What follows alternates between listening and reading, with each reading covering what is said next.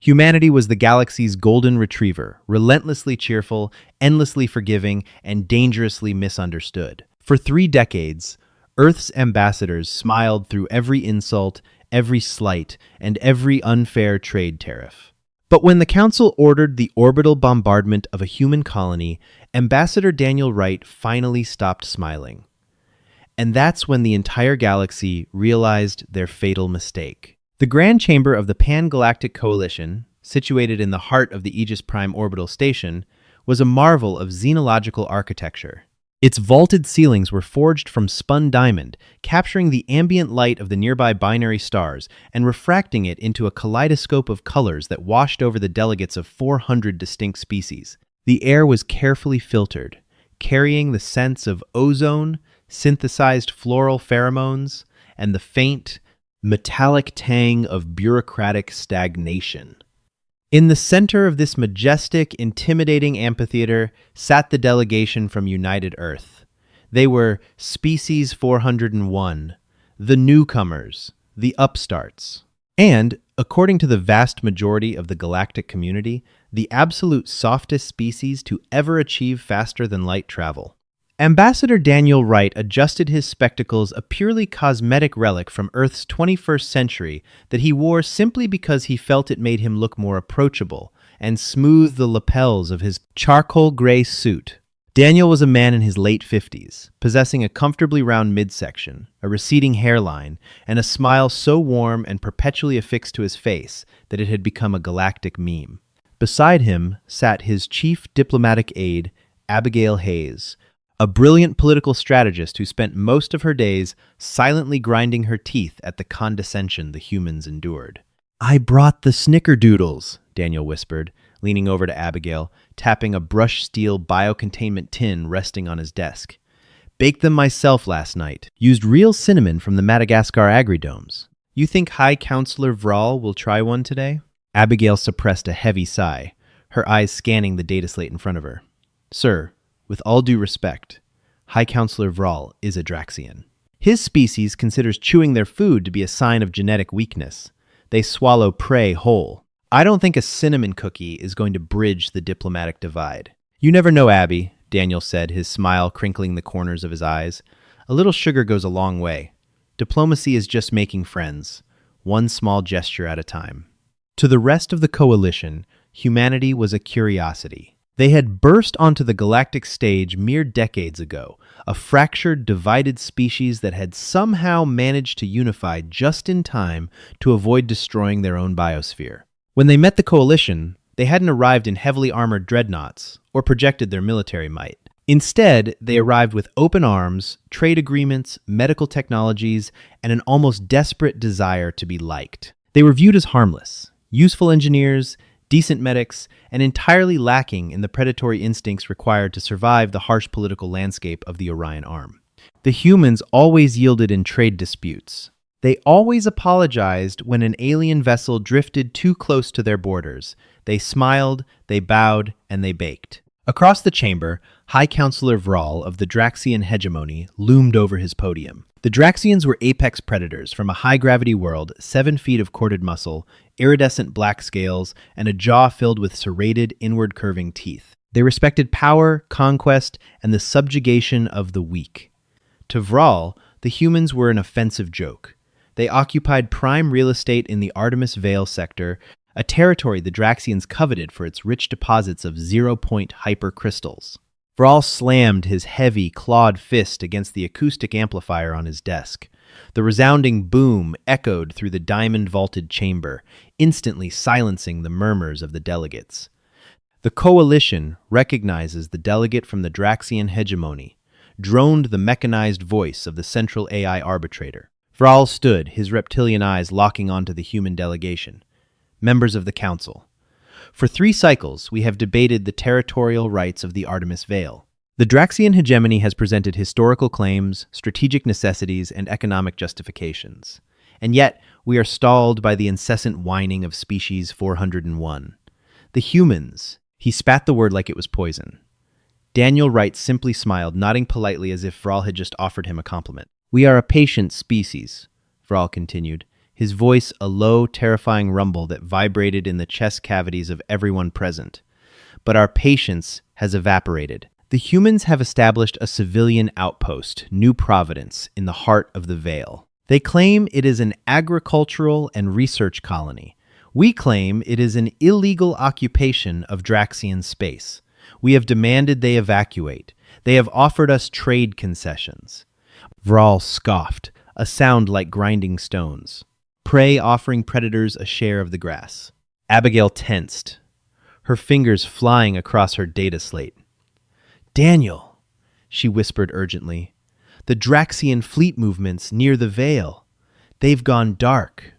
The telemetry we were receiving from outposts in the sector just vanished. Daniel kept his eyes on Vral, his smile unwavering, though his voice dropped an octave, losing a fraction of its folksy warmth.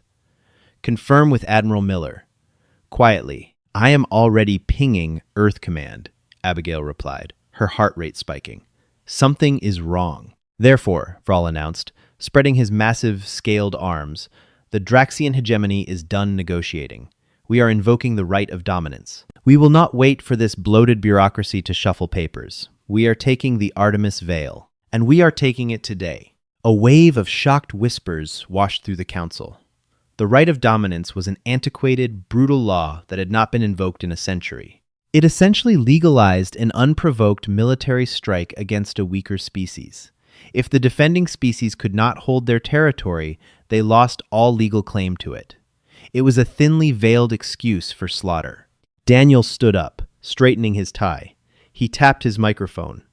"Excuse me, High Counselor Vral, if I may?" Vral looked down at Daniel with undisguised contempt. "Speak, human. Beg if you must. It will entertain me." "No begging today, I'm afraid," Daniel said, his voice cheerful, echoing through the chamber. "I understand there's a disagreement regarding the Artemis Veil, but invoking archaic martial laws seems a bit extreme, wouldn't you agree? We have families on New Providence. Children, schools. We're currently building a zero-G botanical garden there. I have the blueprints here, if you'd like to see them. Perhaps we can come to a shared use agreement?" United Earth is more than willing to grant the Draxian hegemony exclusive mining rights in the outer asteroid belt in exchange for leaving the colony in peace. He offered his brightest, most accommodating smile. "We just want to be good neighbors, Vral. Come on over to our desk, have a snickerdoodle, and let's sign a lease agreement." Laughter rippled through the Draxian delegation. Even some of the neutral species chuckled at the humans' pathetic display of subservience. Vral leaned forward, his yellow eyes narrowing. "You misunderstand, Ambassador Wright. This is not a negotiation. I am not asking for the outer belt. I am claiming the entire sector. And to ensure you understand the severity of your position, I am here to inform you that the eviction has already begun." Daniel's smile remained, but his posture went rigidly still. "What do you mean already begun?" Daniel asked. The pleasant lilt in his voice had thinned, though the corners of his mouth remained stubbornly upturned. Vral pressed a sequence on his console. In the center of the massive chamber, the three-dimensional holographic projector hummed to life. A massive, high-definition sphere of light materialized, displaying the cold, starry expanse of the Artemis Veil. In the center of the projection hung a human civilian convoy. The flagship was the Pilgrim's Rest, a massive, slow-moving colony ship carrying over 8,000 settlers, hydro-agricultural equipment, and terraforming engines. It was a lumbering behemoth of peace, completely unarmed, save for basic micrometeoroid deflector shields. Surrounding it were 3 Draxian dreadnoughts. They were terrifying constructs of black metal and glowing red plasma engines, bristling with kinetic railguns and thermal lances. "This footage is live," Vral declared proudly, pacing behind his podium, "transmitted directly from the flagship of Commander Kale. As you can see, the human vessels have been intercepted." Abigail gasped, her hand flying to her mouth. "They're in deep space. They were en route to New Providence to deliver winter supplies. They have no military escort." "Correct, little human," Vral sneered. "We intercepted them outside your pathetic sensor range." 20 minutes ago, Commander Kale ordered the human vessels to surrender and prepare to be boarded and relocated to Draxian labor camps. They refused. They cited some irrelevant human document, the Geneva Conventions, I believe. They claimed non-combatant immunity. Vral laughed, a harsh barking sound. So, to demonstrate our resolve, we disabled their main thrusters. On the hologram, the massive engines of the Pilgrim's Rest erupted in silent, localized explosions, venting atmosphere and burning plasma into the void. Murmurs of unease swept through the coalition. While many species viewed humans as weak, attacking an unarmed colony ship in deep space was generally considered bad form, even by the lax standards of the galactic rim. Yet, no one stood to intervene. The Draxians were too powerful, their military too vast. No one was going to risk their own fleets to save a few thousand humans. But we did not stop there, Vral continued, his eyes gleaming with sadistic pleasure. Disabling a ship only stops its momentum. To truly break the will of prey, you must suffocate their hope. Commander Kale fired precision kinetic lances into their primary life support arrays. They are currently losing oxygen at a rate of 4% per minute. Their backup generators have been destroyed. The council chamber fell deathly silent. On the projection, the visual feed zoomed in on the Pilgrim's Rest. Through the thick, reinforced glass of the observation decks, the council could see tiny figures, human civilians, engineers, mothers, fathers, children, panicking. Emergency lights bathed the corridors in a grim, pulsing red. They were clutching oxygen masks, huddling together, trapped in a freezing metal coffin drifting in the dark. Abigail Hayes was shaking violently, tears spilling over her cheeks as she desperately typed on her console, trying to hail Earth Command, trying to find any ship within jump range. "Sir," she choked out, "we have nothing in the sector. The closest fleet is the 4th Vanguard, and they are 3 days away at maximum warp. They're going to die. 8,000 people." Vral looked down at Daniel Wright, expecting to see the human break. He expected tears. He expected the man to fall to his knees, to beg the council for intervention, to sign away the Artemis Veil without another word in exchange for the lives of his people. Instead, Daniel Wright was still standing. He was perfectly still. "Ambassador Vral," Daniel said. His voice was soft. It didn't boom through the acoustic amplifiers, but it carried perfectly through the sudden, suffocating silence of the room. "I need you to listen to me very carefully. I am going to give you exactly one opportunity to contact Commander KL. You will order him to deploy emergency life support umbilical tethers to the Pilgrim's Rest. You will evacuate those civilians onto your dreadnoughts, treat them with dignity, and return them to Earth space. Do you understand?" Vral blinked, visibly confused by the human's tone. It lacked the hysteria of prey. "You are making demands? Your people are suffocating in the dark, human. You have nothing to bargain with. Sign the treaty surrendering the Artemis Veil, pledge humanity as a client race to the Draxian hegemony, and I might order KL to save the survivors." Daniel didn't look at the treaty on his desk. He didn't look at the horrifying hologram of his dying people. He looked only at Vral. And slowly, deliberately, the smile that had defined humanity for 30 years began to slip. It didn't happen all at once. The crinkles around his eyes smoothed out. The upward curve of his lips leveled into a flat, hard line. The warmth, the folksy charm, the grandfatherly demeanor, it all vanished, draining from his face like water pulling back before a tsunami. When Daniel Wright looked at Vral now, his eyes were dead. They were the eyes of a creature that looked at a living being and saw only meat. The change was so drastic, so fundamentally unnatural, that Abigail actually flinched away from him. "Vral," Daniel said, his voice dropping to a terrifying, absolute monotone. "I am not bargaining. I am not negotiating. I am extending a courtesy. Power up their life support. Now." "I am a predator of the high crags," Vral roared, slamming his fist down again, insulted by the human's defiance. "I do not take orders from weak, smiling apes. Watch your people die, Ambassador." Daniel took a slow, deep breath. He reached up and took off his spectacles, folding them neatly and placing them into the breast pocket of his suit. "Okay," Daniel whispered. The moment Daniel Wright stopped smiling, the atmospheric processors in the grand chamber seemed to falter. The air grew perceptibly colder. In the third tier of the amphitheater, Counselor Zen of the Vori suddenly dropped his data slate. The heavy glass shattered against the crystalline floor, the sound ringing out like a gunshot. The Vori were an ancient, scholarly species. They were the archivists of the galaxy, responsible for cataloging the deep histories, psychological profiles, and evolutionary paths of every species that joined the coalition. Because of their strict vows of neutrality and secrecy, they were the only ones who had been granted unredacted access to Earth's pre-spaceflight historical archives. Zen was trembling. His 4 spindly arms gripped the railing of his podium, his massive compound eyes locked onto the unsmiling face of Daniel Wright. "Counselor Zen?" asked the ambassador from the Lyran Concordat, standing next to him. "Are you unwell?" "Guards," Zen wheezed, his voice box clicking wildly in terror. "Security! Lock the doors! Seal the chamber! Oh, by the ancestors!" They stopped smiling. "Who?" the Lyran asked, bewildered. "The humans? They are simply grieving. It is a tragedy." "You don't understand!"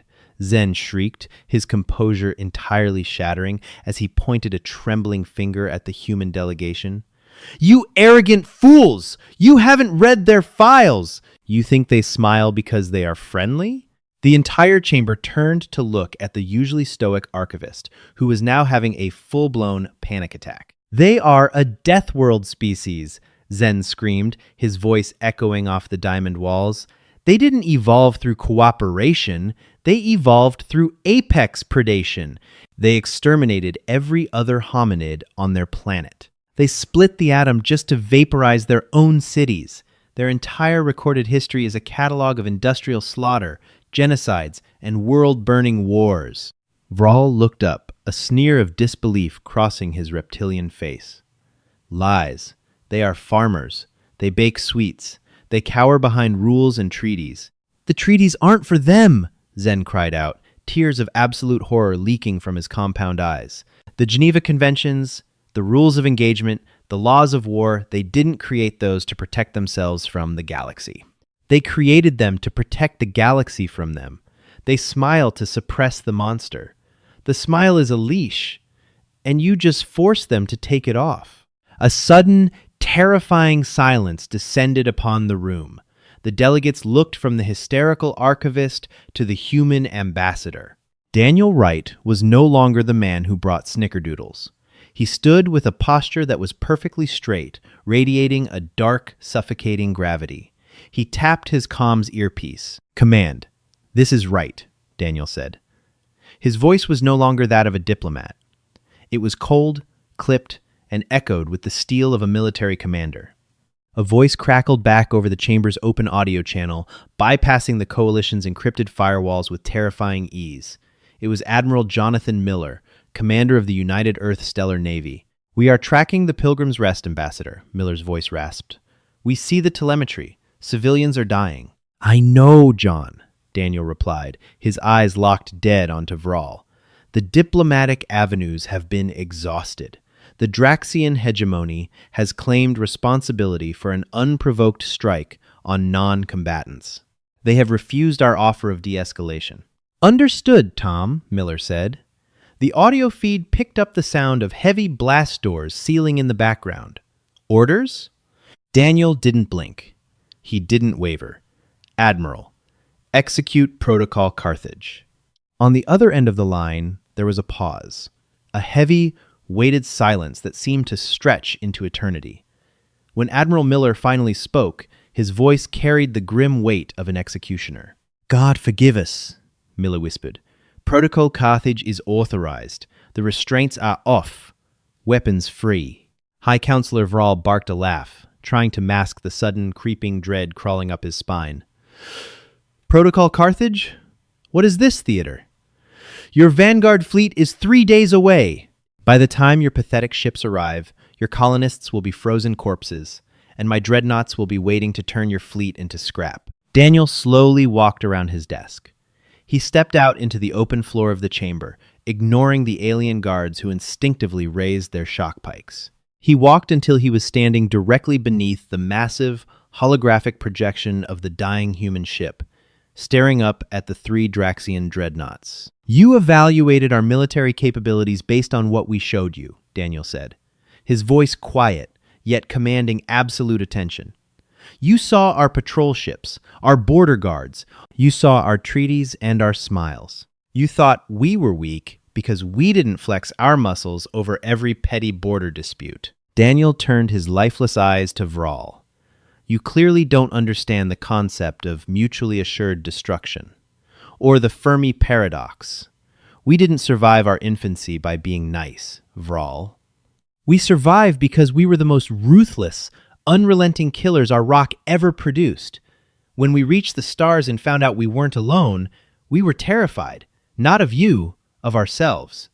We knew that if we let our old habits take over, we would burn this galaxy to ash." He pointed up at the hologram. "You think the 4th Vanguard is our military? The Vanguard is a glorified Coast Guard. It's the PR fleet we let you see so you wouldn't feel threatened." Suddenly, the holographic projection flickered. Deep space sensors around the Artemis Veil began to scream. Warning klaxons erupted throughout the Aegis Prime station, flashing strobes of red light through the diamond-vaulted chamber. "Central AI! Report!" demanded the Coalition president, a towering avian species flapping its wings in distress. Massive spatial ruptures detected in Sector 4G, Erips. The AI droned, its synthetic voice devoid of the panic gripping the room. Multiple slip space anomalies opening. Designation: unknown. On the hologram, the space behind the three Draxian dreadnoughts began to distort. It didn't look like standard, faster-than-light jump signatures. It looked like the fabric of reality was being violently torn apart. From the blackness of the rifts, ships began to emerge.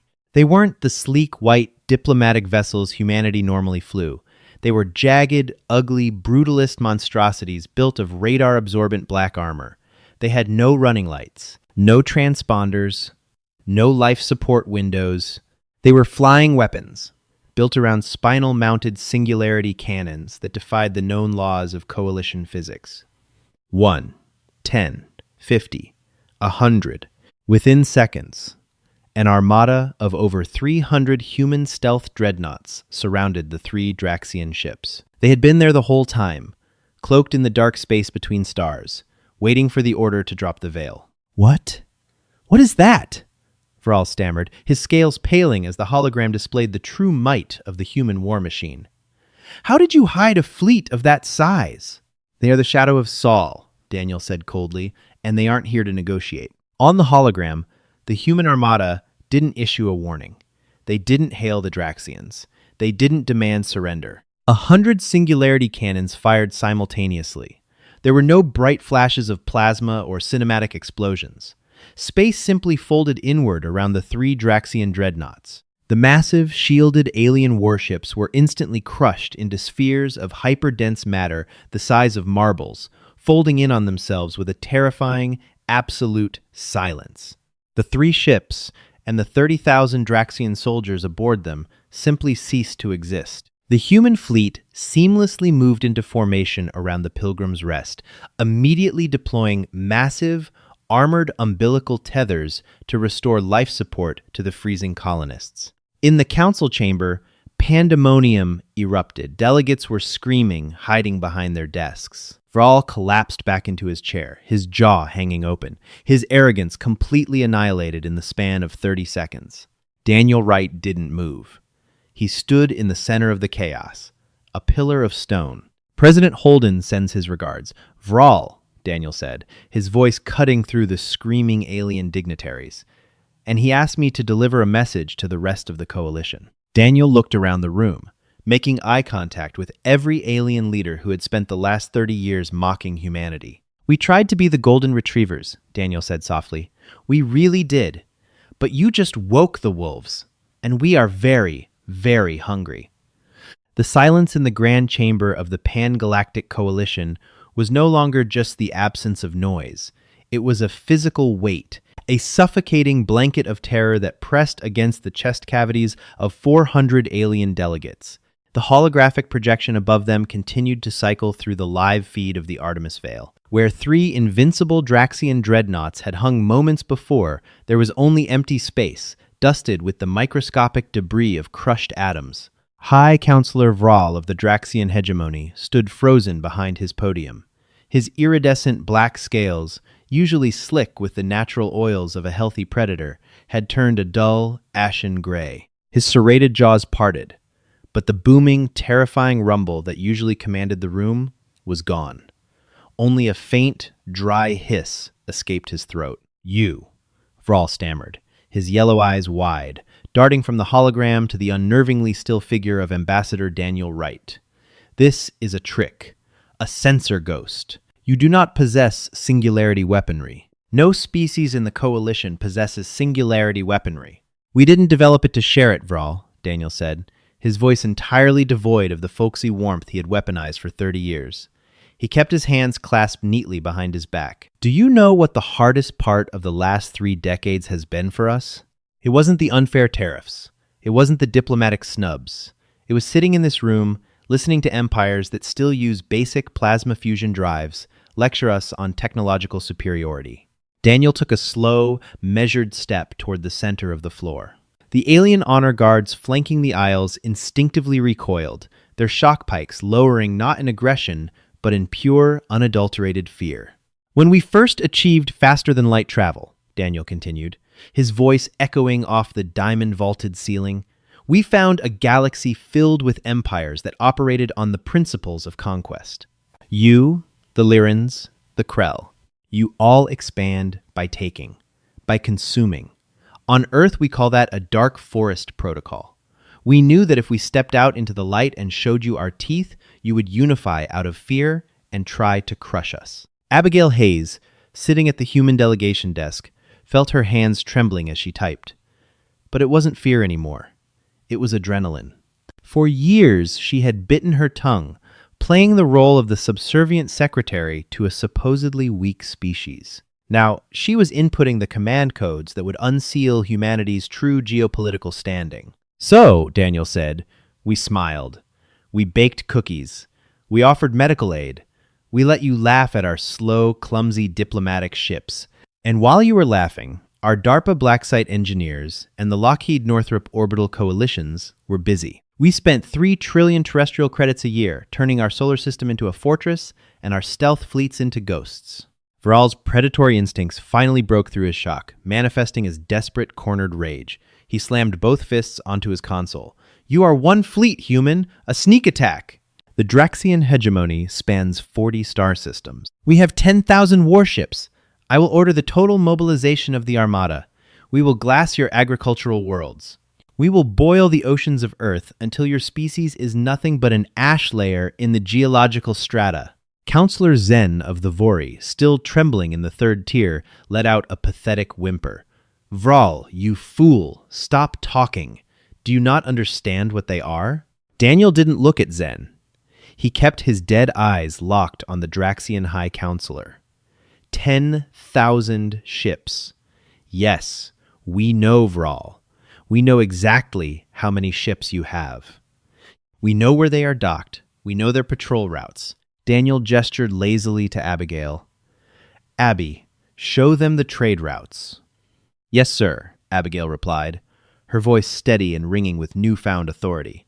She executed the command. The central hologram shifted. The view of the Artemis Veil shrank, replaced by a massive, glittering map of the Draxian hegemony's territorial space. Hundreds of stars, connected by glowing red lines indicating Draxian military slipspace lanes. "For 30 years, Daniel explained, pacing slowly beneath the glowing map, humanity has been the galaxy's premier merchants. We traded grain. We traded water. We shipped medical supplies to your outer colonies when your own government deemed them too costly to supply. You laughed at us for being delivery boys." Suddenly, the red lines on the map began to flash. Small green pips started appearing along every single trade route humanity had ever established within Draxian space. First dozens, then hundreds, then thousands. "Our cargo haulers," Daniel whispered, his voice slicing through the chamber like a scalpel, "are very large. And space is very empty. Every time a human vessel dropped out of warp to deliver grain to your worlds, they left something behind. A passive sensor buoy, a hyperspace tether, a stealth-targeting drone. For 30 years, Vral, we haven't been trading. We've been painting the target. Vral's massive chest heaved as he stared at the map. The green pips humanity's hidden assets were clustered around every major Draxian military shipyard, every fuel depot, every orbital defense platform. Admiral Miller, Daniel said into his comms earpiece, update. The grim, gravelly voice of the human fleet commander filled the chamber once more. Protocol Carthage is at Phase 2, Ambassador. The Shadow of Saul was just the vanguard. The home fleet has locked coordinates onto Draxian military infrastructure. We have stealth ablative torpedoes, armed with zero-point warheads sitting entirely undetected in the blind spots of their orbital grids. We are holding at the red line, awaiting your signal. A collective gasp echoed through the alien dignitaries. Zero-point warheads. Weapons of mass destruction, so theoretically unstable that the coalition had outlawed even the mathematical research required to build them. Humanity hadn't just built them. They had quietly smuggled them into the heart of a hostile empire disguised as civilian freight. Vral staggered backward, his knees buckling slightly. The illusion of Draxian supremacy was shattering around him like cheap glass. You would murder billions. You claim to be peaceful, yet you hold my worlds hostage with doomsday weapons. We don't want to murder anyone, Daniel corrected, stopping his pacing. He stared up at Vral, his expression unreadable. We want to build a botanical garden on New Providence. We want to trade. We want to be left alone to explore the stars. But understand this, High Counselor. The treaties, the rules of engagement, the Geneva Conventions, these aren't laws we impose on you. They are chains we placed upon ourselves because we know the depths of our own savagery. Daniel pointed a finger at the massive Draxian. You decided to ignore the rules today. You fired on our civilians. You tried to take off our leash. So, here we are. The chamber was dead. Even the central AI had suspended its routine processing hum, as if the machine itself understood that the fate of billions rested on the next few seconds. I am going to offer you a choice, Vral, Daniel said, his voice dropping to a terrifyingly soft register. The same choice I offered you 20 minutes ago. Abigail tapped her console, and a digital document materialized on the screen in front of Vral's podium. It was the exact same treaty Daniel had proposed at the beginning of the session. United Earth will grant the Draxian hegemony exclusive mining rights in the outer asteroid belt of the Artemis Veil, Daniel recited verbatim. In exchange, the hegemony formally recognizes human sovereignty over the inner system, including the colony of New Providence. Furthermore, the hegemony will issue a formal apology for the unauthorized military exercise that briefly interrupted the Pilgrims' rest, and will pay reparations for the damaged thrusters. Vral stared at the document. His mind, wired for absolute dominance or total submission, couldn't process the scenario. You have a gun to the head of my homeworld. You have annihilated 3 of my greatest warships. You could demand my surrender. You could claim the entire hegemony as a client state. Why are you offering me a mining lease? Because we are humans, Daniel said simply, and we like to be good neighbors. The sheer, terrifying absurdity of the statement hung in the air. Zen of the Vori wept silently into his 4 hands, realizing the brilliant, horrifying psychology of the human strategy. They weren't conquering the Draxians. Conquest required occupation, logistics, and ongoing war. By offering the exact same gentle terms from a position of absolute, godlike superiority, humanity was doing something far worse to the Draxians. They were demonstrating absolute restraint. To a predator, violence is natural. But holding the power to annihilate an enemy and choosing to hand them a lease agreement instead, that was the mark of a monster so far beyond the apex that it didn't even view its rival as prey. It viewed them as an annoyance. Sign it, Daniel commanded softly, or I will tell Admiral Miller to proceed to Phase 3, and tomorrow the Draxian hegemony will be nothing but a cautionary tale in Counselor Zen's archives. Vral looked around the room.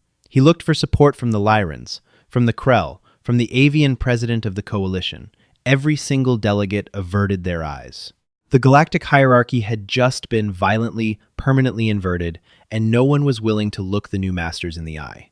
With a trembling, heavily clawed hand, Vral reached out. He pressed his biometric signature onto the digital treaty. The terminal chimed a cheerful, synthesized tone, signaling the legal binding of the agreement. Transaction complete, the central AI announced, the normalcy of its voice jarring against the tension in the room. Vral slumped over his podium, his massive frame seeming to deflate. The pride of the hegemony was broken. It is done. Call off your weapons. Daniel stared at Vral for a long, agonizing moment. Then he reached into his breast pocket. Slowly, Daniel pulled out his wire-rimmed spectacles and slid them onto his face. The rigid, military posture melted away, replaced by the comfortable slouch of a middle-aged bureaucrat. The hard lines of his face softened, his eyes crinkled at the corners, and the famous, warm, grandfatherly smile returned to his lips. But to the 400 alien delegates watching him, that smile was no longer a sign of weakness. It was the most terrifying thing they had ever seen. It was the closed door of a cage holding a starving beast. "Thank you, High Counselor," Daniel said, his voice bursting with folksy, cheerful energy once more. "I knew we could come to a reasonable compromise. Oh, almost forgot." Daniel reached down to his desk, picked up the brushed steel biocontainment tin, and popped the lid. The sweet scent of Madagascar cinnamon wafted through the sterile, ozone-scented air of the chamber. He walked up the steps to the Draxian podium, past the terrified guards, and set a single, perfectly baked snickerdoodle on Vral's desk. "Family recipe," Daniel whispered, his smile radiant. "Enjoy it." Daniel turned his back on the apex predator, walked down the steps, and rejoined Abigail. He picked up his briefcase. "Come along, Abby. Let's head back to the embassy. I think we've made enough friends for one day." "Yes, sir," Abigail said, a small, knowing smile playing on her own lips as she gathered her data slates. As the two humans walked out of the grand chamber, the massive spun diamond doors hissing shut behind them, the silence remained. The delegates of the Pan-Galactic Coalition stared at the empty human desk.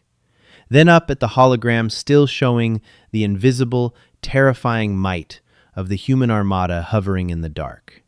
Humanity was still the golden retriever of the galaxy. But the Coalition finally understood the truth. Even a golden retriever is descended from wolves, and the wolves were always waiting in the dark. What an absolutely chilling display of human strategy and hidden power. If you loved seeing humanity turn the tables and prove that a smile is the most dangerous weapon in the galaxy, smash that like button and subscribe for more epic HFY sci-fi stories. Let me know in the comments. What other harmless human traits do you think would terrify an alien empire? Don't forget to share this video to warn the galaxy. Stay safe and see you in the stars.